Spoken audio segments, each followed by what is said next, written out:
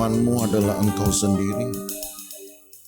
Engkau bukan hanya sekedar kata-kata, tapi firman-Mu sendiri adalah hidup-Mu ya Tuhan.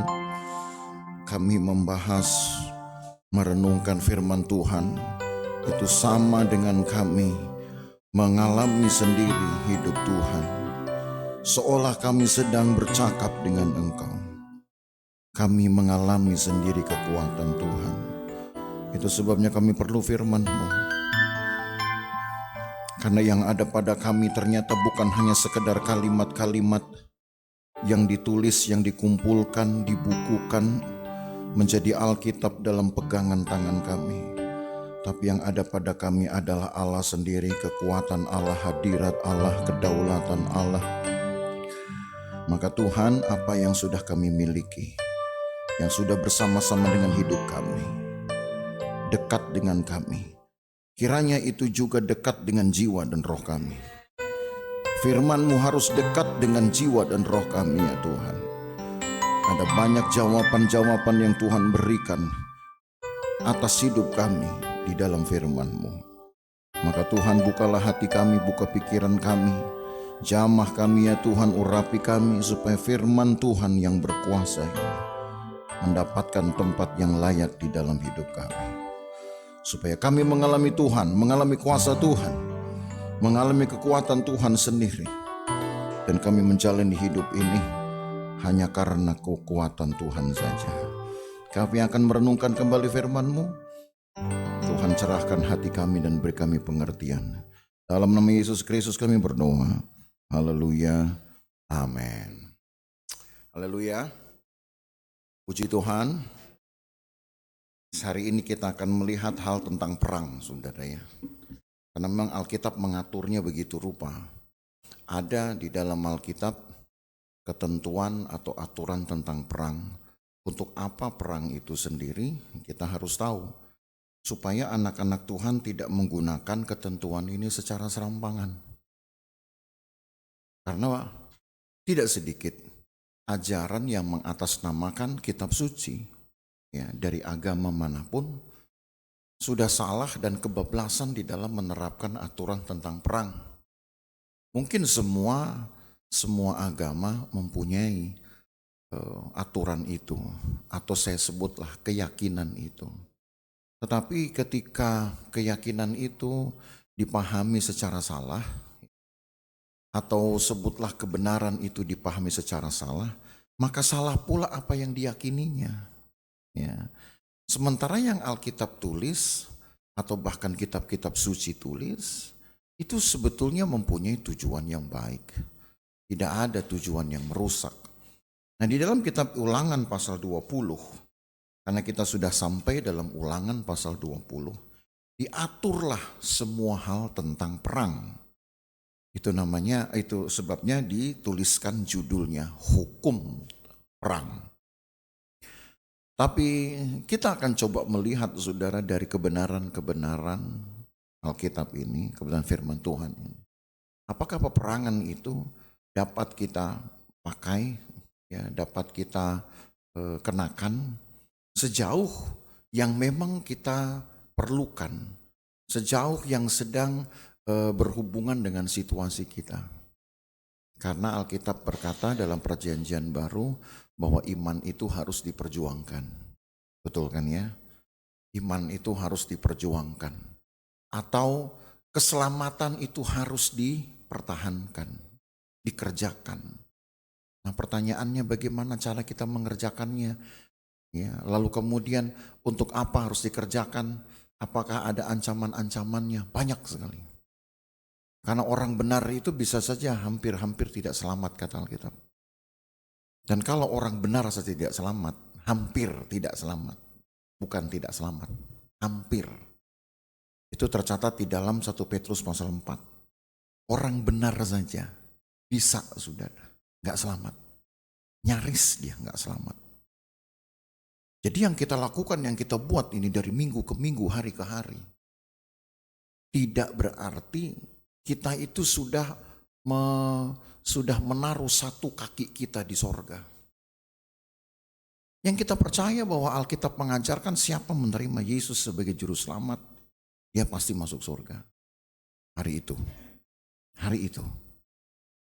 Sama seperti ketika seorang penjahat yang berada di sebelah Yesus juga mengucapkan kalimat pertobatan dan kalimat kepercayaannya.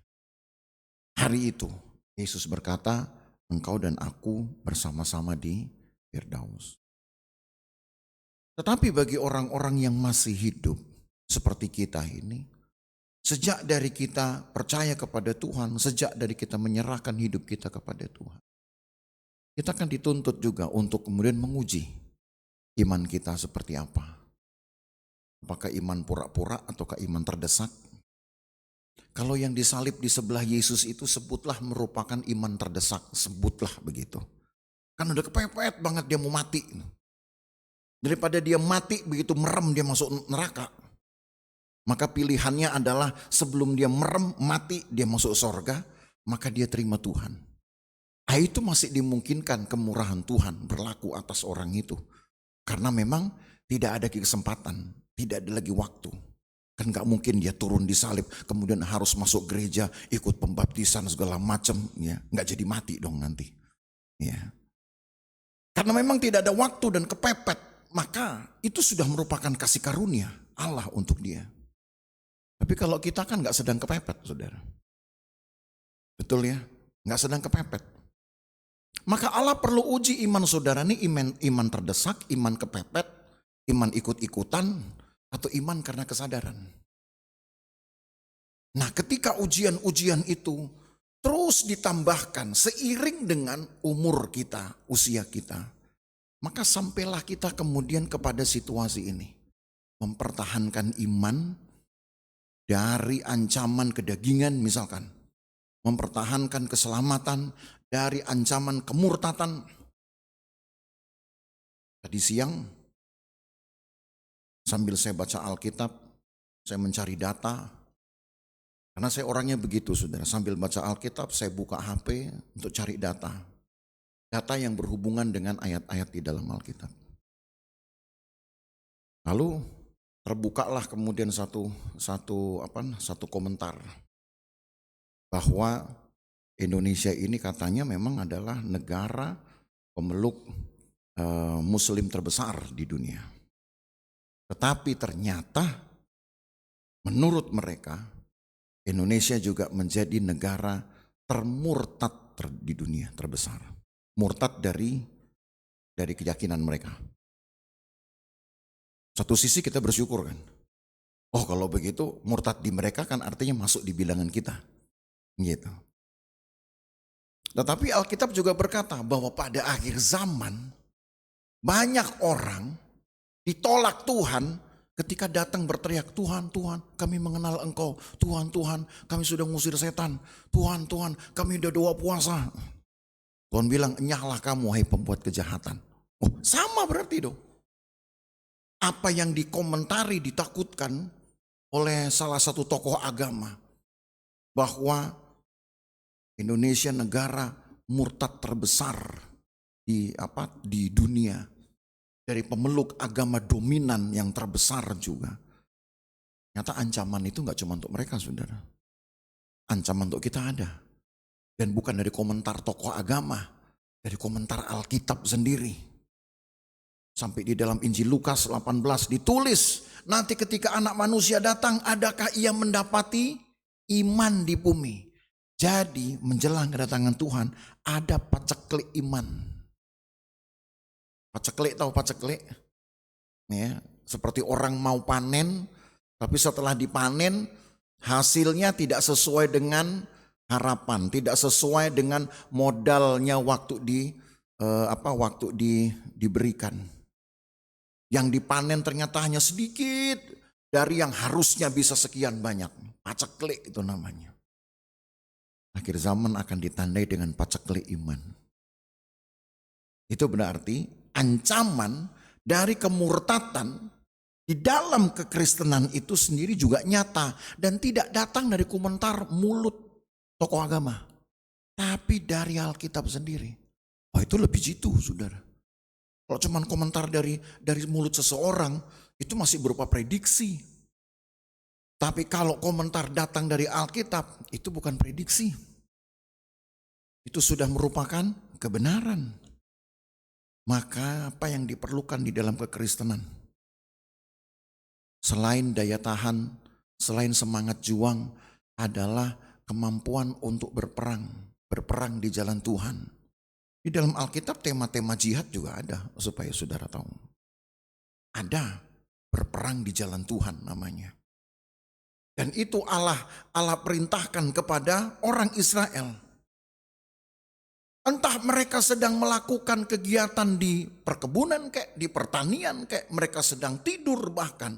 Tuhan bilang siaplah engkau untuk berperang. Karena musuh itu tidak pernah kenal lelah. Yang kenal capek itu kan kita. Nggak capek pun dibikin capek, saudara. Nggak harusnya capek, alasannya capek. Nggak sakit dibilang sakit. Itu kan kita yang pintar begitu. Yang di sana-sana lah ya. Gitu. Tapi musuh kita nggak ada capeknya. Dan dia tahu kapan orang percaya mulai bikin alasan capek. Pintar dia, tahu dia itu. Makanya pernah saya bilang, ya, dan seringkali saya bilang hati-hati jangan sampai di gereja saja saudara tengking setan. Kami akan beribadah, kami ingin rupanya roh kami bebas beribadah, kami usir setan dalam Yesus, keluar. Itu setan saudara pikir keluar kemana? Pulang kampung. Dia nunggu depan pintu saudara. Nunggu nih, saudara pulang, nah dia ikutin saudara itu. Dia ikutin. Saudara mulai mikir yang jelek-jelek, masuk setan di situ. Saudara mulai ngomongin yang jelek-jelek, setan pakai di situ. Karena setan begitu ditengking dari gereja, dia nggak pulang kampung. Dia nunggu di luar. Itu makanya beratnya perjuangan anak Tuhan, saudara. Kelihatan di dalam gereja, dalam persekutuan mungkin kita kuat. Tapi ketika kita mulai membaur dengan aktivitas sehari-hari, kadang obrolan kita dengan teman kita bisa saja melemahkan kita. Maka dibuatlah aturan tentang perang ini ya. Kita baca yuk. Ulangan pasal 20 ayat 1 sampai ayat 4 dulu. Apabila engkau keluar berperang melawan musuhmu dan engkau melihat kuda dan kereta, yakni tentara yang lebih banyak daripadamu, maka janganlah engkau takut kepadanya, sebab Tuhan Allahmu yang telah menuntun engkau keluar dari tanah Mesir menyertai engkau. Apabila engkau menghadapi pertempuran, maka seorang imam harus tampil ke depan dan berbicara kepada rakyat dengan berkata kepada mereka, dengar hai orang Israel, kamu sekarang menghadapi pertempuran melawan musuhmu, janganlah lemah hatimu, janganlah takut, janganlah gentar, dan jangan gemetar karena mereka, sebab Tuhan Allahmu, dialah yang berjalan menyertai kamu untuk berperang bagimu melawan musuhmu dengan maksud memberi kemenangan kepadamu. Maka ada seorang pelayan gereja di sebuah TikToknya. Saya juga suka lihat TikTok, saudara. Tapi yang saya lihat TikTok yang berhubungan dengan data-data Alkitab. Ya. Nggak sembarangan TikTok saya lihat. Jadi jangan saudara pikir pendeta ngelihat TikTok boleh nggak? Boleh. Ya. Pelayan lihat TikTok boleh. Gitu. Tapi kalau TikToknya apa dulu yang dilihat, saudaranya, kadang dilihat yang nggak benar. Gitu. Jogetan lah segala macam. Gitu. Nanti ada komentar tentang yang ngeres-ngeres lah pokoknya. Yang gitu-gitu gak usah dilihat, saudara. Seorang pelayan Tuhan bilang begini, mengapa kadang Tuhan izinkan kita berperang? Supaya kita tahu apa itu kemenangan. Kalau gak pernah perang, gak pernah tahu kemenangan. Kenapa Tuhan izinkan kita harus mengalami penderitaan? Supaya kita tahu apa itu pengharapan. Kalau kita gak pernah menderita, gak pernah susah, kita kan gak akan pernah berdoa, gak akan pernah berharap. Gitu. Mengapa Tuhan izinkan kita seringkali sedih hati? Supaya kita tahu apa itu penghiburan. Itu kata-kata itu, saudara, sederhana. Ya. Walaupun saya juga mungkin sudah cukup sering mengucapkan hal itu di mimbar. Tapi kadang kalau orang tidak diingatkan, detik ke detik, hari ke hari suka lupa. Yang tersisa apa kalau sudah lupa? Ngomel. Tuhan kasih penderitaan. Tuhan kasih pencobaan. Tuhan kayak nggak habis-habis pencobaan buat saya. Emang saldo pencobaan Tuhan buat saya masih berapa sih? Gitu ya. Rasanya kok nggak habis-habis, berkatnya belum gitu. Bukan itu, saudara. Allah mengerti kadang kekristenan itu kalau dibuat baik cenderung jadi malas. Kekristenan itu kalau dibuat mulus seringkali malah jadi tidak waspada. Betul apa betul?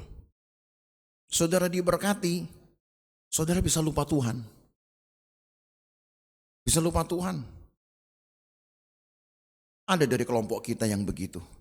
Udah digaji miliaran tiap bulan. Tapi tetap aja saudara ngambil duit orang dengan cara merampok, dengan cara menipu. Gitu. Nah itu orang kita juga loh sebetulnya. Coba saudara bayangkan. Gak puas kan? Tapi mungkin waktu tiap kali dia mendengar renungan, tiap kali dia mendengar khotbah, ya kata-kata itu. Kerjalah kalau engkau ingin diberkati, begitu ya. Berdoalah kalau engkau ingin dijawab oleh Tuhan. Tapi kalau orang sudah terlalu menikmati, banyak sekali yang dia nikmati, orang biasanya jadi lupa diri. Itu Tuhan lebih tahu dari kita itu. Yang begitu-begitu Tuhan lebih tahu. Dikasih baik jadi lupa berdoa. Dikasih berkat jadi lupa memberi. Kan begitu ya kelakuan manusia. Mudah-mudahan bukan jadi kelakuan kita. Kalau jadi kelakuan kita artinya PR kita banyak sekali, Bapak Ibu Saudara.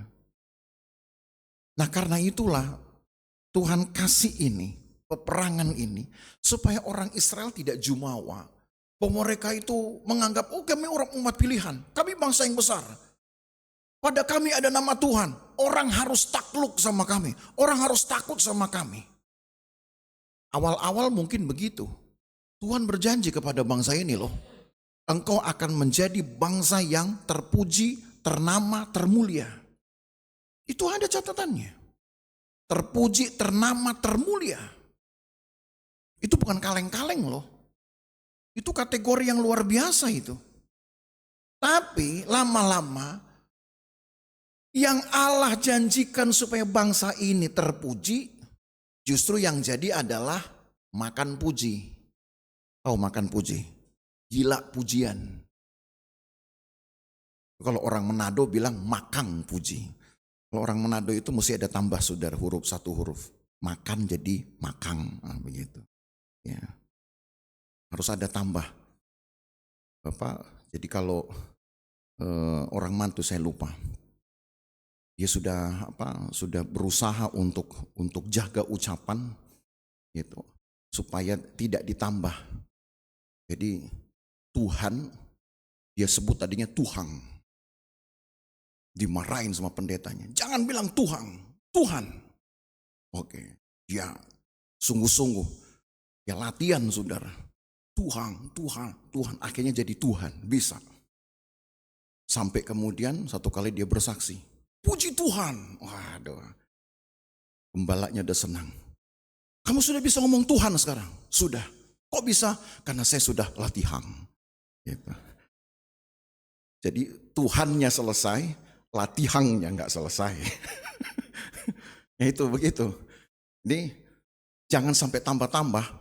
Nah sekarang orang Israel dijanjikan Allah terpuji, yang ada makan puji. Bukan makan lagi ya, makan puji. Orang Israel dijanjikan menjadi yang ternama. Apa yang jadi? Orang Israel cari nama sendiri. Mengharumkan nama sendiri. Seolah mereka bilang, oh tanpa Tuhan kita bisa jadi orang terkenal. Coba itu. Kadang saya coba menyelami dari pikiran Tuhan. Apapun bisa salah loh saudara. Tuhan maunya yang baik, jatuhnya ke manusia bisa jadi salah. Allah ingin kita menjadi kepala, bukan ekor. Anak Tuhan gede kepala. Betul?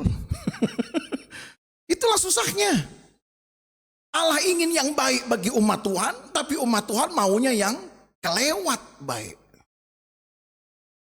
Yang seperti ini saudara, yang Allah tahu Kita mungkin belum menyadarinya, tapi Allah tahu, Allah antisipasi sebelum kita jatuh di dalam dosa kesombongan.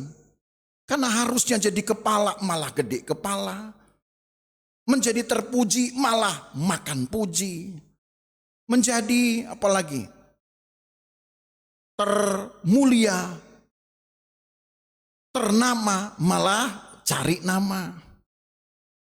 Maka yang diperlukan itu adalah kewaspadaan dengan cara memerangi potensi-potensi kedagingan ini.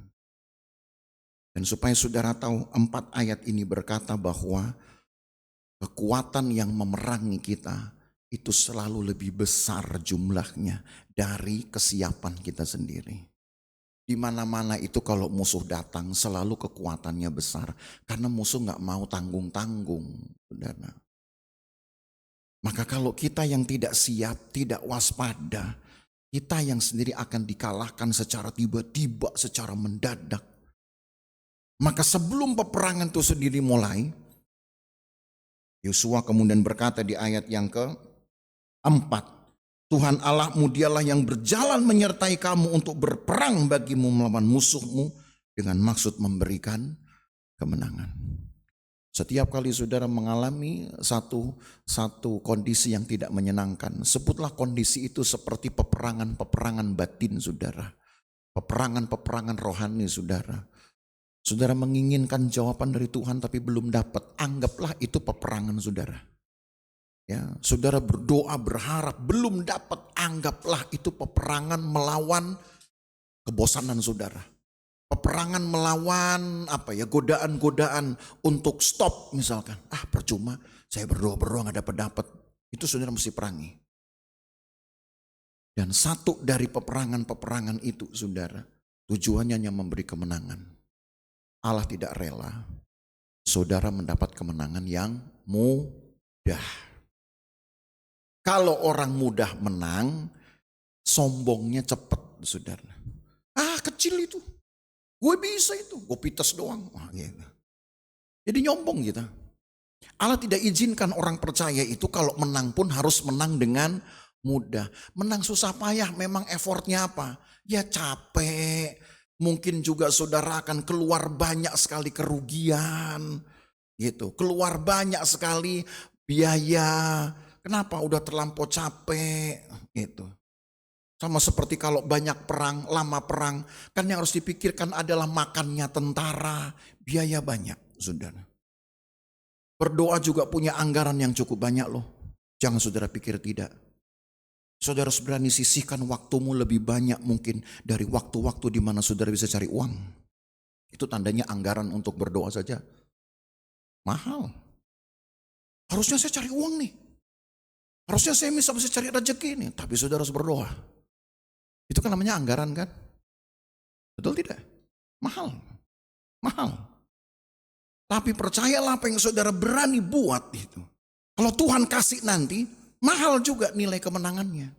Gak cuma-cuma. Jadi yang dipentingkan di sini adalah hati yang percaya kepada Tuhan, ayat 3. Saya garis bawahi ayat 3. Jangan lemah hatimu, jangan takut, jangan getar, dan jangan gemetar. Jadi kalau hidup saudara dibuat gentar dengan krisis ekonomi, ya, sampai ada juga lagi satu komentar, saya tuh rajin sekali baca begitu untuk mengumpulkan data. Ada yang komentar, aduh dunia ini sudah gak bersahabat dengan kita. Kita beli gas, cash, tapi gas susah dicari. Padahal kita beli BBM, cash, tapi sekarang malah ada yang pakai uang dengan sewenang-wenang. Mau beli apa lagi saudara? Yang cash tapi bangkrut juga. Yang masih hidup itu pasar basah. Kalau itu pun gak bisa lagi saudara. Apalagi yang saudara mau makan, minum, saudara mau dapatkan. Jangan-jangan gereja Tuhan akan mulai berteriak kepada Tuhan. Persis seperti orang Israel berteriak kepada Tuhan sampai Tuhan kirimkan mana. Kalau begitu enak gak? Tiap saudara bangun pagi buka pintu, ada mana. Gak perlu ke pasar. Yang jualan di pasar tekor dong nanti ya. Kesian nih. Tiap pagi saudara bangun, buka pintu, ada mana. Kayak orang Israel. Tapi mana itu memang hanya bisa bertahan sampai siang. Siang lapar dong Pak. Berdoa lagi, Tuhan kasih burung puyuh. Kan begitu orang Israel. Kira-kira saudara percaya enggak bahwa akhir zaman akan begitu nanti? Kalau sampai sudah resesi betul, dunia ini akan betul-betul resesi. Seperti diprediksi banyak orang, ini tahun ini baru awal resesi katanya. Nanti paling parah resesinya itu tahun 2035. 10 tahun masih dari sekarang. Masih lama. Iya betul masih lama sih. Betul. Tapi kalau tahun kedua, tahun ketiga, 10 tahun resesinya kan berat saudara kita jalani. Kan kita mau resesi nggak lama-lama. Sekarang kalau resesi terjadi, apa yang saudara harus lakukan untuk tetap mempertahankan pengharapan saudara? Kan saudara harus berperang melawan waktumu sendiri. Dengan waktu-waktu kita, berapa dekat kita mau berikan ini kepada Tuhan, hidup kita. Berapa dekatnya? Hanya saudara yang bisa mengukurnya. Orang lain gak bisa paksa saudara. Tapi kalau sampai hal itu terjadi, percayalah kepada umat Tuhan, Allah masih berikan pemeliharaan. Kalau dulu di padang pasir orang Israel masih bisa makan minum dengan baik. Bahkan kecukupan gizi mereka luar biasa loh saudara. Pagi mana itu katanya protein tinggi sekali. Sore burung puyuh lemak tinggi sekali. Orang Israel dipelihara Tuhan dengan protein dan lemak yang sangat cukup dan seimbang. 40 tahun mereka sehat-sehat semua. Gak ada saudara 40 tahun kemudian ketika orang Israel masuk ke Kanaan, lalu kemudian Yosua melaporkan ada yang kekurangan gizi, ada yang kurus kering, gitu. Apalagi ada yang kena bengek, ada yang macam-macam, nggak ada laporannya itu. Orang Israel masuk ke Kanaan setelah 40 tahun sehatnya sama seperti ketika mereka keluar dari Mesir. Ikut Tuhan itu cuman begitu saudara kenikmatannya. Tapi kan kita nggak bisa kemudian kayak orang Israel cuma nunggu Tuhan kamu kasih mana ya. Lalu sore kasih burung puyuh. Oke saya diam di rumah aja. Cuman modal buka pintu pagi. Sama buka pintu sore. Tuhan dari sorga bilang males lu. Gitu. Anak Tuhan kok cuman mau begini berkat. Ntar Tuhan bilang males kamu. Maka Allah berikan waktu untuk bekerja, walaupun percayalah bukan karena kerja itu saudara akan bisa mencukupi hidup. Pekerjaan saudara hanya mencukupi kebutuhan, tapi berkat Tuhanlah yang akan mencukupi kehidupan. Cuman kalau kita nggak punya kekuatan untuk berperang melawan apa? Mungkin melawan kebutuhan kita sendiri, berperang untuk melawan kedagingan kita. Ingin itu, semua bisa diingini saudara. Setuju? Semua bisa diingini, tapi belum tentu semua perlu. Semua bisa pengen, tapi belum tentu semua berguna. Begitu ya. Yang paling susah ketika saya berapa hari lalu itu makan bersama dengan mereka yang gak jauh dengan saya umurnya. Kepala 5, baru kepala 5 ke atas. Makan lah kita. Tahu ada yang gak berani ngambil daging ini. Ada yang gak berani ngambil daging itu. Saya ambil semua sebenarnya. Dia bilang, bro masih berani. Apanya saya bilang, itu ngambil semua. Lah emang ente gak berani saya bilang gitu. Saya mau berani aja sebenarnya. Yang penting gak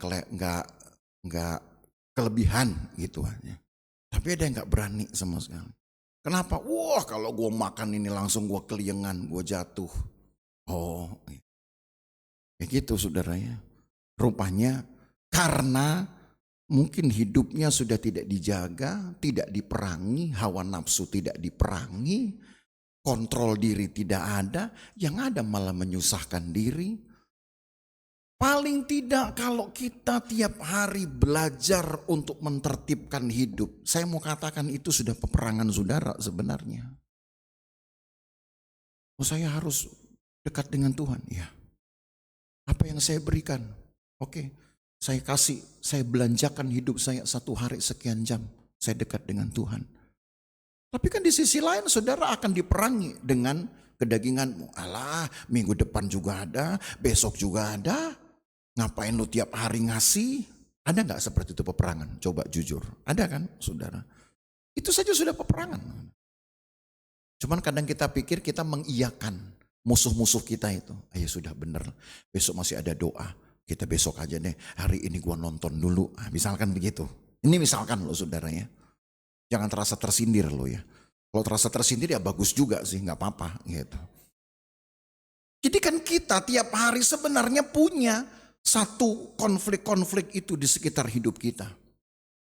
Cuman ini kan menunjukkan Allah sedang melatih kita untuk terbiasa menggunakan waktu-waktu dan kesempatan untuk berperang atau tidak. Karena kita pikir, oh nanti kalau ada masalah berat, baru kita akan perangi dengan doa kita. Perang kalau susah berdoa, saudara. Kalau sudah susah berdoa, biasanya keadaan yang lebih susah pun tidak membuat dia menjadi giat berdoa. Ngerti maksud saya ya? Orang yang memang minim beribadah, ketika dia ada dalam kondisi yang membuat hidupnya kekurangan, tidak serta-merta membuat dia menjadi giat untuk mencari Tuhan. Yang ada apa? Menyalahkan Tuhan. Tuhan yang bener aja dong, kok begini sih? Yang lain gak begitu. Wah gitu. Udah paham maksud saya ya? Jadi hati-hati loh saudara. Karena kan manusia ini selalu maunya enak. Seperti iklan, yang penting enak kan gitu. Iklan apa itu ya? Yang penting enak. Apa aja maunya enak. Maka belajarlah saudara untuk menggunakan semua kesempatan dalam hidup kita. Di dalam medan peperangan daging. Itu sebagai latihan peperangan rohani. Kalau satu waktu nanti Allah izinkan kita mengalaminya, kita udah gampang biasa ngecas gitu dengan Tuhan istilahnya. Sudah biasa. Banyak kadang orang baru dapat dinilai kerohaniannya dalam kondisi seperti itu. Ketika dia susah, ini anak Tuhan yang betul-betul taat dan beriman atau tidak, kelihatan dari situ. Karena ada yang tiba-tiba dengan penderitaan, belum dia ngomel. Dia salahin Tuhannya. Tuhan gak adil. Kalau sampai itu ada di dalam hati saudara, saudara yang harus mawas diri. Jangan-jangan kita yang sudah salah mengikut Tuhan. Ikut Tuhan bukan mengikuti maunya Tuhan, tapi ikut Tuhan supaya Tuhan ngikutin maunya kita. Itu kan gak ada rumusnya di dalam Alkitab saudara. Gak ada rumusnya. Jadi gunakanlah setiap kesempatan, tiap waktu. Ketika ada peperangan-peperangan batin dan peperangan pikiran, saudara harus berani untuk dapat menyikapinya. Selalu ada itu saudara. Kalau mau dikatakan capek, oh iya tubuh itu pasti capek. Percayalah saudara, saudara banyak tidur pun tetap akan capek. Pernah tidur 24 jam? Nggak pernah ya? Coba sekali-sekali saudara tidur 24 jam, bangun dari tidur, capek. Nanti nambah lagi tidurnya. Capek. Sama saudara tidur karena capek, bangun mungkin masih capek. Tapi kan kita sudah punya hasil, punya nilai. Dibanding orang yang tidur melulu, bangun juga tetap capek. Gitu. Malah bikin capek orang. Udah capek sendiri, bikin capek orang. Capek gue lihat lu gitu katanya ya. Maka saudara jangan selalu dimanjakan tubuh ini, perangi. Itulah maksudnya firman Tuhan ini. Sebab kalau yang seperti ini aja kita tidak bisa tertibkan hidup. Maka ketika Tuhan izinkan nanti ada sedikit masalah lebih berat. Saudara belum sudah capek hati duluan. Nah gitu. Jadi marilah kita mengikut Tuhan dengan sebuah kesadaran bahwa musuh kita ini giat sekali untuk memerangi kita dengan cara menawarkan kedagingan, dengan cara menawarkan semua kenikmatan hidup. Tapi bahwa kita tahu ikut Tuhan juga punya kenikmatan hidupnya, walau nggak sama dengan kenikmatan dunia. Yang penting jaga hati kita. Nah itu sebabnya di dalam hukum perang ini diatur saudara ya. Kita baca ayat 5 sampai ayat 9. Diatur, saya baca ayat 5. Para pengatur pasukan haruslah berbicara kepada tentara demikian. Siapa orang yang telah mendirikan rumah baru tapi belum menempatinya, ia boleh pergi dan pulang ke rumahnya supaya jangan ia mati dalam pertempuran dan orang lain menempatinya. Jadi yang lagi bikin bangun rumah, katanya kalau mau perang, udah gak usah dulu ikut perang. Nanti kalau kamu mati, rumahmu yang nempatin orang lain. Katanya gitu. Lalu apa lagi ayat 6. Siapa yang telah membuat kebun anggur tapi belum mengecap hasilnya, ia boleh pergi dan pulang ke rumahnya supaya jangan ia mati dalam pertempuran dan orang lain yang mencap hasilnya. Kalau kamu nanti takut, kalau kamu mati sementara kamu lagi panen, daripada nanti yang panen orang lain, ya udah gak usah berangkat perang gitu. Itu ada loh tawaran begitu. Terus ayat 7.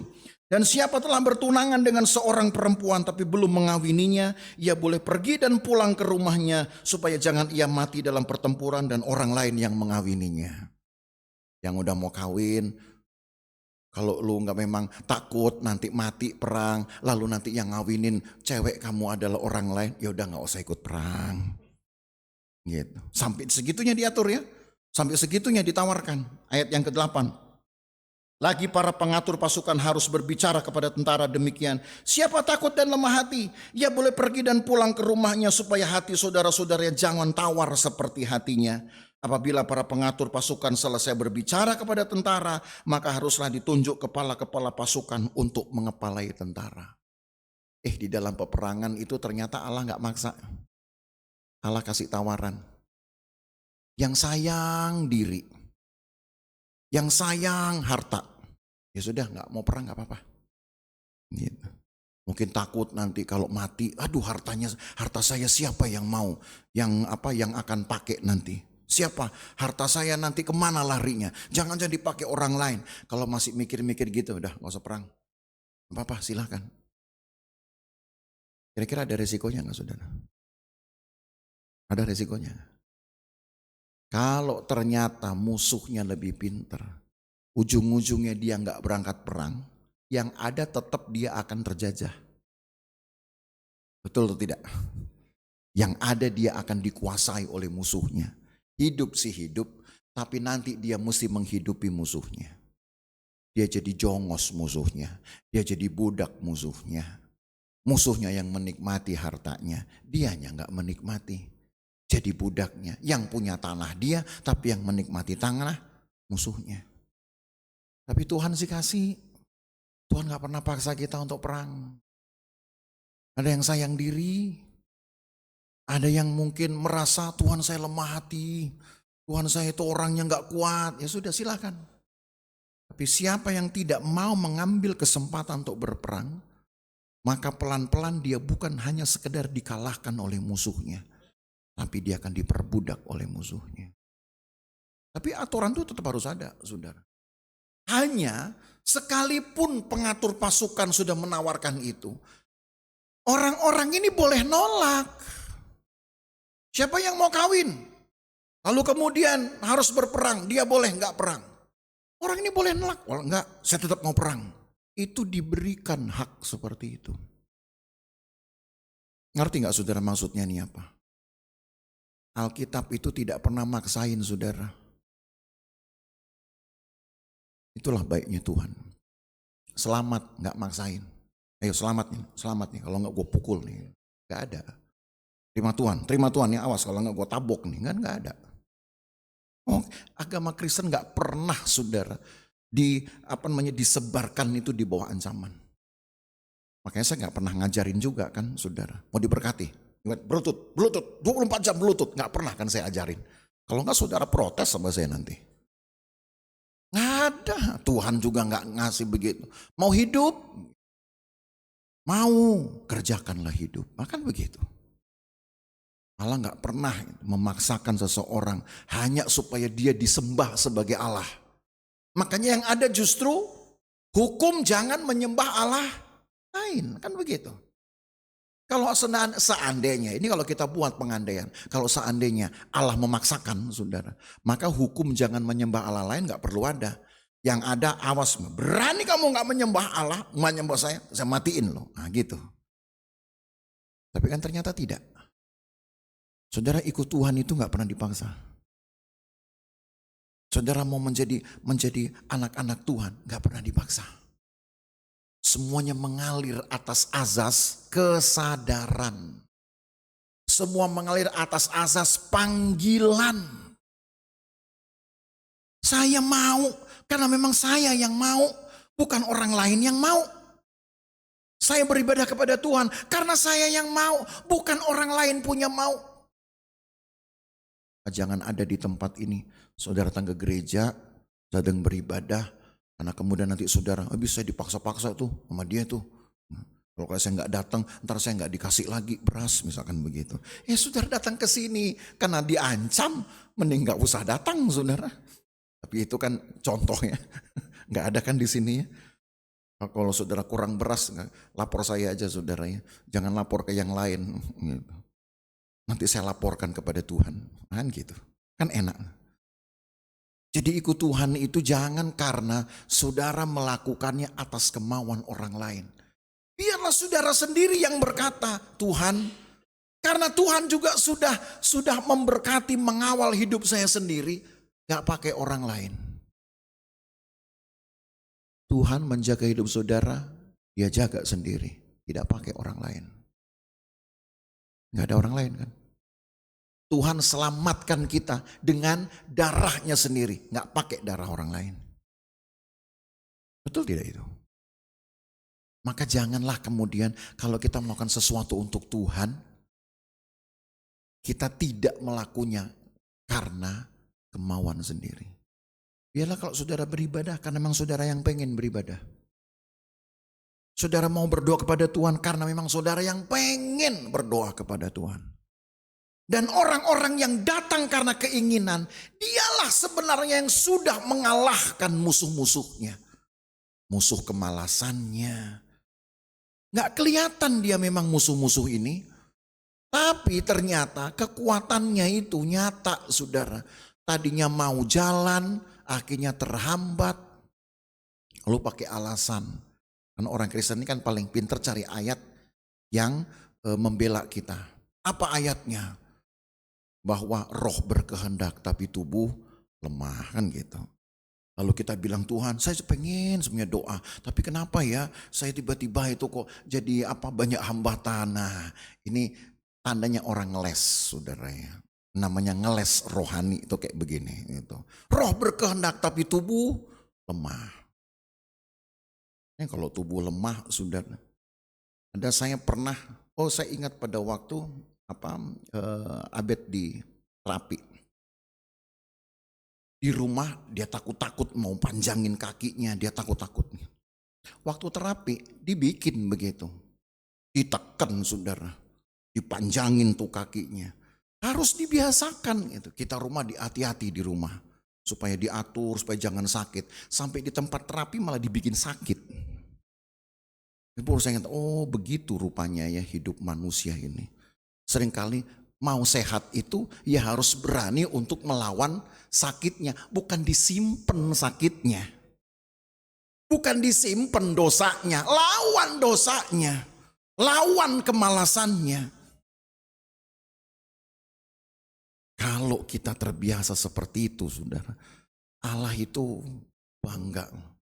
Bukan karena saudara itu lahir sebagai seorang bangsawan anak pembesar. Tapi saudaralah orang besarnya. Kenapa? Karena saudara berani untuk mengusung nama Tuhan dalam setiap pergumulan hidup saudara. Jadi kalaupun toh ada alasan untuk kita berkata, Tuhan saya lagi gak pengen perang ini. Saya lagi capek. Kaki lagi linu, pinggang encok misalkan begitu, kepala puyeng. Bisa kan kita bikin alasan? Kalau kemudian Tuhan bilang, ya udah, gak perang gak apa-apa. Tapi saudara akan terus dikuasai dengan itu nanti. Dikit-dikit orang minta tolong, aduh besok gue lagi puyeng. Besok juga begitu. Gue lagi puyeng. Nanti satu waktu begitu saudara minta orang lain, tolong saudara. Saudara sakit hati kan kalau orang itu bilang, sorry ya gue lagi puyeng sama lu. Sakit hati kan saudara? Gue lagi puyeng, sono. Gitu. Makanya saudara, jangan sampai kita merasa apa yang kita lakukan udah pasti benar. Ya, lakukanlah sesuai dengan apa kehendak Allah saja. Lawan saudara, iblis itu lawan. Kelemahan-kelemahan itu lawan. Gitu. Jangan nanti seperti saya cerita orang-orang dulu. Kalau berdoa sebelum ibadah, itu semua jenis setan sudah didaftarkan. Setan malas, setan ngantuk. Saya baru tahu kalau setan itu juga suka ngantuk ternyata. Ya. Nah itu di doa orang Kristen. Setan kikir, setan medit, apa segala macam. Dalam nama Yesus keluar. Saya pikir setan itu gak usah didaftar begitu, emang udah kelakuannya udah minus. Ya kan? Setan gak usah didaftarkan gitu, memang kelakuannya sudah minus. Kalau kita daftar begitu, yang minus tuh kita sebenarnya. Bapak saudara mau berperang, mengatasi kelemahan saudara. Memang kita ini manusia lemah. Tapi kalau kita mau berperang, Allah harga itu nanti dengan kekuatannya dia taruh di dalam hidup kita. Mujizat terjadi, luar biasa. Berperang dengan apa? Berperang dengan malesnya kita. Berperang dengan apa lagi? Daging kita, maunya banyak. Tapi dahulukanlah kemauan Tuhan.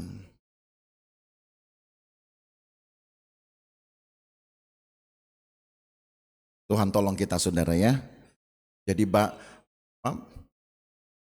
dalam mengiring Tuhan, lakukanlah apa yang Tuhan inginkan. Sekalipun saudara juga mempunyai banyak keinginan. Matiin itu keinginan-keinginan saudara. Matiin.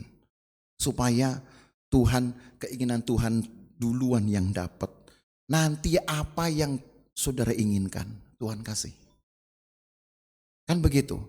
Lakukanlah dulu kehendak Tuhan. Cari dululah kerajaan Allah. Nanti semua ditambahkan. Kan itu sebenarnya resepnya. Rumusnya anak Tuhan begitu. Dahulukan dululah hati Allah, kepuasan Allah, kepentingan Allah.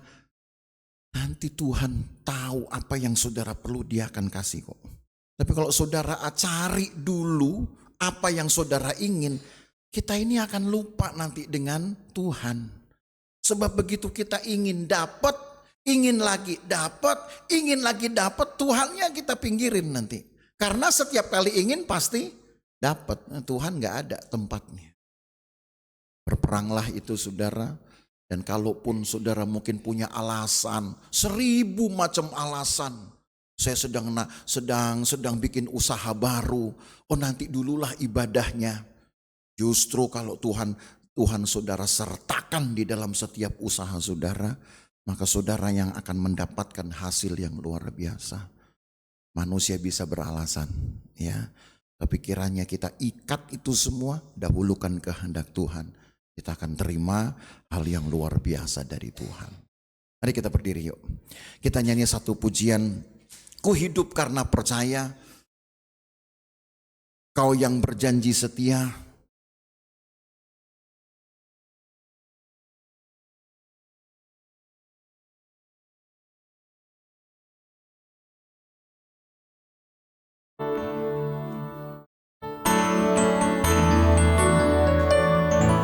Ku hidup karena percaya, Kau yang berjanji setia.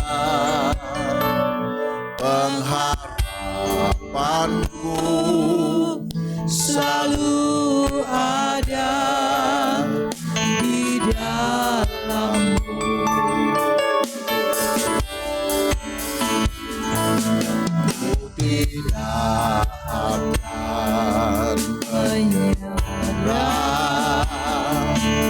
meski dalam kesesatan, seluruh hidupku dalam genggamanmu.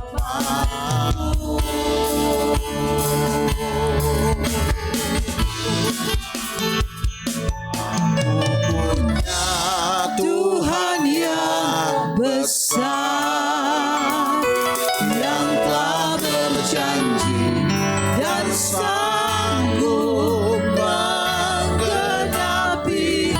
Imanku bersepakat percaya kuasanya. Ku terima sekarang kemenangannya. Aku punya Tuhan yang besar. Aku punya Tuhan yang besar, yang berjanji dan sanggup menang. Imanku bersepakat percaya kuasanya. Ku terima sekarang kemenangan darimu. Bapak Ibu Saudara, setelah dosa masuk di dalam hidup manusia, Alkitab berkata dosa ini selalu mendatangkan kelemahan. Dosa selalu membuat alasan supaya manusia membangun alasan, membuat alasan untuk tidak mencari Tuhan. Lama-lama dosa mengalahkan kita, mengalahkan pikiran kita, mengalahkan hati kita, sehingga kita merasa kita jauh dari Tuhan. Padahal Alkitab berkata, lawanlah si iblis. Dengan kuasa Tuhan lawanlah dia. Maut sudah dikalahkan bahkan. Artinya, kalau kita mau, kita bisa. Sekalipun kita dalam keadaan yang lemah, kalau kita kuatkan hati kita, sisanya Allah yang tolong. Sisanya Allah buka jalan, saudara. Untuk apapun yang saudara lakukan. Dalam keadaan lemah, saudara mungkin banyak disusahi orang.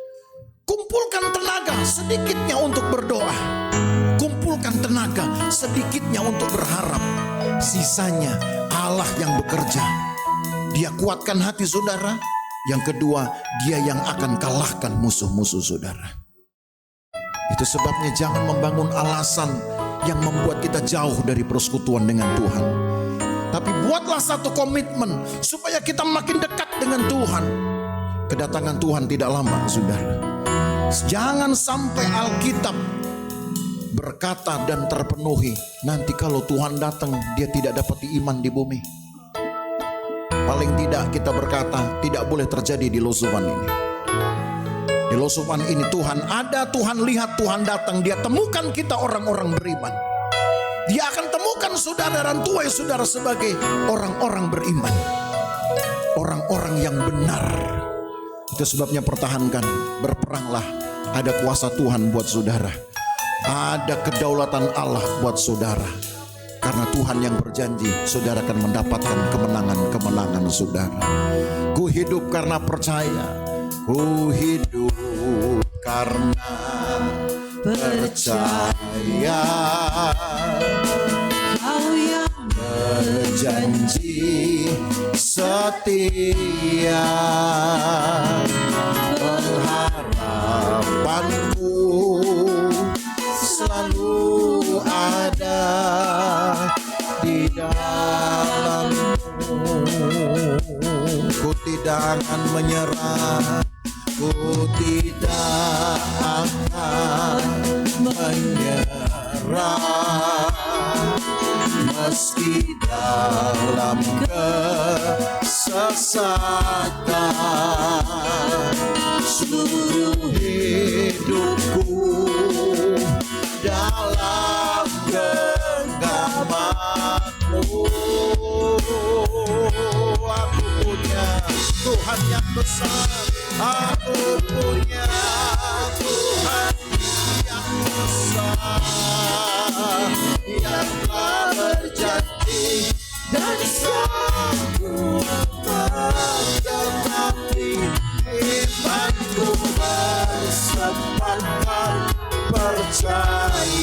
kuasanya. Ku terima sekarang kemenangan lagi. Aku punya Tuhan yang besar. Aku punya Tuhan yang besar, yang telah berjanji, yang sanggup menghadapi. imanku bersepatkan percaya kuasanya. Ku terima sekarang kemenangan darimu. Amin. Haleluya. Seperti kalimat penutup lagu ini, itu kami imani seperti juga yang Alkitab katakan. Ku terima sekarang kemenangan darimu Tuhan. Kami menang bukan karena senjata kami lebih lengkap dan lebih canggih. Kami menang karena kami punya keinginan untuk menang. Kami punya keinginan untuk berharap kepada Tuhan. Kami punya keinginan untuk mematahkan kuasa daging. Kami punya keinginan untuk mengusir kemalasan kami. Kami punya keinginan untuk setia kepada Tuhan. Karena keinginan inilah kami menang. Dan kiranya kemenangan ini yang umat Tuhan alami akan menjadi kesaksian kuat hari ke hari, bulan ke bulan, tahun ke tahun. Makin sering kami kumpulkan keinginan kami, makin sering kami gunakan keinginan kami untuk menyenangkan Tuhan, makin banyaklah kesaksian kemenangan iman kami Tuhan. Dan kami ingin orang lain bicarakan kami sebagai orang-orang yang berkemenangan. Kami tidak ingin menjadi bahan pembicaraan orang-orang yang kalah. Kami hanya ingin dibicarakan orang sebagai orang-orang berkemenangan. Tandanya hidup kami sudah betul-betul menjadi kesaksian. Tolong kami Tuhan Yesus, supaya jemaat Tuhan dapat mengerahkan kekuatan mereka untuk selalu berharap kepada Tuhan, untuk selalu bersekutu kepada Tuhan. Walaupun kami punya masalah, kami mungkin juga punya perhatian yang lain, tapi kami ingin memberikan dulu kepada Tuhan waktu kami. Kami ingin berikan dulu kepada Tuhan persekutuan kami. Karena kami sudah punya banyak waktu untuk bekerja mencari rezeki. Kami sudah punya banyak waktu untuk keluarga kami. Kami ingin berikan sedikit waktu saja untuk Engkau. Tapi sebenarnya itu adalah waktu-waktu yang berguna, di mana kami bisa bersekutu dengan Tuhan. Kami menyatu dengan Tuhan. Kami akan sesuai dengan kehendak Tuhan. Tuhan tolong kami. Berkati umat-Mu ya Tuhan. Mereka yang terus sedang belajar untuk menjadi umat Tuhan kebanggaan. Mereka sedang terus belajar menjadi umat Tuhan yang setia. Jatuh bangun kami selalu ada. Tapi kami tidak ingin kondisi ini membuat kami lemah. Kami ingin supaya kondisi ini menjadi sebuah kesaksian bahwa kalau kami jatuh ada Tuhan, tapi kami tidak ingin mengulangi kejatuhan yang sama. Apapun kami boleh alami, tapi kalau kami tetap beralih kepada Tuhan, Tuhan ubahkan keadaan kami. Tuhan ubaharui keadaan kami. Kami buat lebih. Allah sudah menyediakan semua yang terbaik kepada kami. Terima kasih Tuhan Yesus. Berkati umat-Mu, berkati pekerjaan mereka, berkati jerih lelah mereka. Semua yang mereka kumpulkan, mereka kejar, kiranya itu mencukupi kebutuhan mereka. Dan apa yang mungkin kurang cukup, sisanya Tuhan tambahkan itu sesuai dengan kekuatan mereka bersekutu dengan Tuhan. Itulah berkat mereka, itulah berkat Tuhan untuk mereka. Jaga ya Tuhan, pagari hidup mereka, keluar masuk rumah, kemanapun mereka pergi, apapun aktivitas yang mereka lakukan. Pagari mereka, halaukan dari segala bahaya, celaka dan perbuatan jahat orang lain. Kami pulang sebentar pun dari tempat ini ke rumah masing-masing, Tuhan juga jagai. Jauh dekat, berkendaraan berjalan kaki, Tuhan jagai. Kami selamat sampai tempat tujuan kami karena penjagaan Tuhan. Kami hidup ada di hadapan Tuhan juga karena penjagaan Tuhan.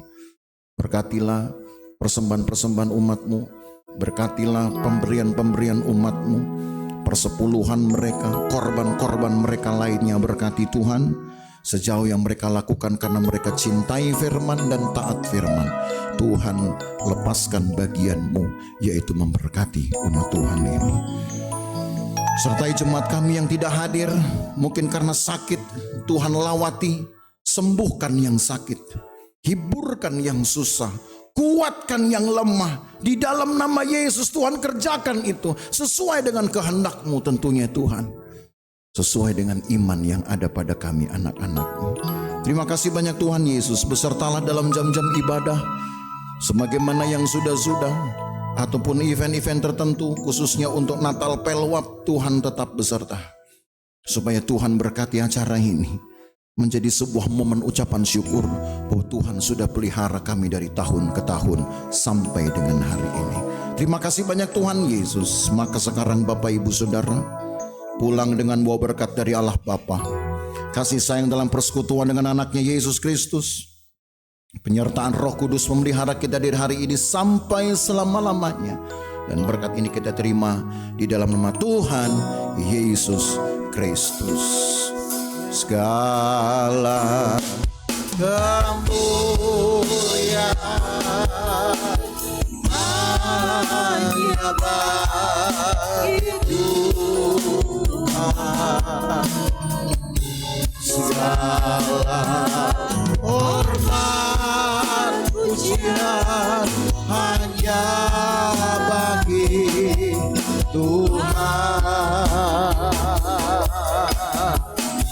Kuasa dan kemuliaan hanyalah bagi Tuhan. Segala hanya